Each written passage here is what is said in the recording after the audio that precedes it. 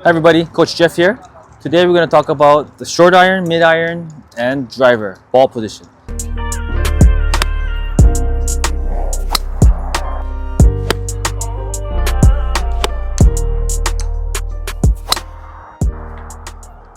Alright, so the importance of the ball position is overlooked by a lot of people.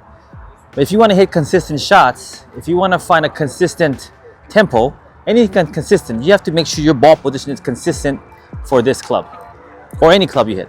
Okay, so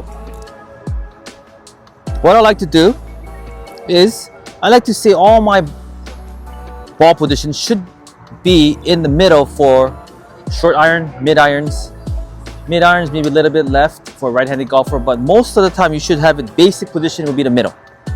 Okay, now we're gonna move on to the mid iron, 7-iron. Let's put the sandwich on the side. Okay, so it's the same thing with the 7-iron that you did with the sandwich. But one other important thing I want to cover with the 7-iron, since it's a little longer, it's a mid iron. Now, if you put the ball towards the back of your stance, what happens is a lot of times, a couple of things that happens to people. They tend to close their shoulders. They tend to have the club path come from the inside. So what does that do? That means you're going to hit the ball to the right more than anything else.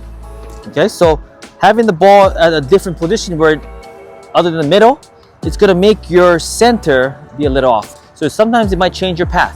Not for everybody, but a lot of times it does.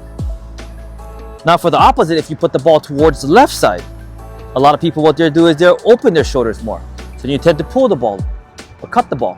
Okay, so keeping the ball position very consistent and starting from the middle is a very good place to start with, because you can adjust from there. You can be a little bit left, you can be a little bit right, but not too much in either direction.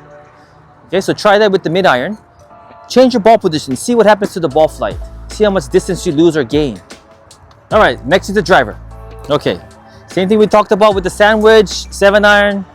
It's the same thing with the driver. There's a couple of different things that you need to be aware of with the driver. Is the driver ball position first is going to be inside your left heel. That's the basic spot. Okay, so I like to use this white line to help me to find where the ball is at. Flare open my left foot a little bit and open my right foot wide. I'm a right-handed golfer. Okay, next. I believe for the driver position, you see there's nothing under the ball. So the ball is not on the ground. So because of that, you want to attack the ball from down to up. You want to kind of swing up to the ball. So if you want to do that, what you need to do with the driver, you need to tilt your spine a little bit back so you can swing on the upward movement. That'll help you send it. That'll help you cook it. That'll help you do a lot of good things if you tilt a little bit back. Okay? Set up. And rotate and whack the ball. Okay, make sure you swing up in the driver position. Because a lot of times the people for the driver position, they put the ball in the back of their stance and then they tend to swing down on the ball. What does that do to the club face? It closes the face, you hit the ball right into the ground. Nothing's good's gonna happen if you have your ball on the right side of your setup position. Now you wanna make sure you keep it on the left side. Okay, so just to recap on what we went over with the ball position, how important it is. Driver, ball to the left, tilt your spine so you can swing up and never hit the ground. 7-iron.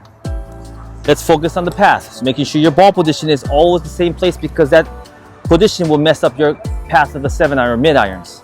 Okay? Now go to the short irons, which is the sandwich. A good focus point for the sandwich is the shaft to the ground angle. Making sure you maintain this angle consistently on all your setup for the short irons. Please like, subscribe, and share our videos with your friends and family. Thank you for listening to the end. See you next time.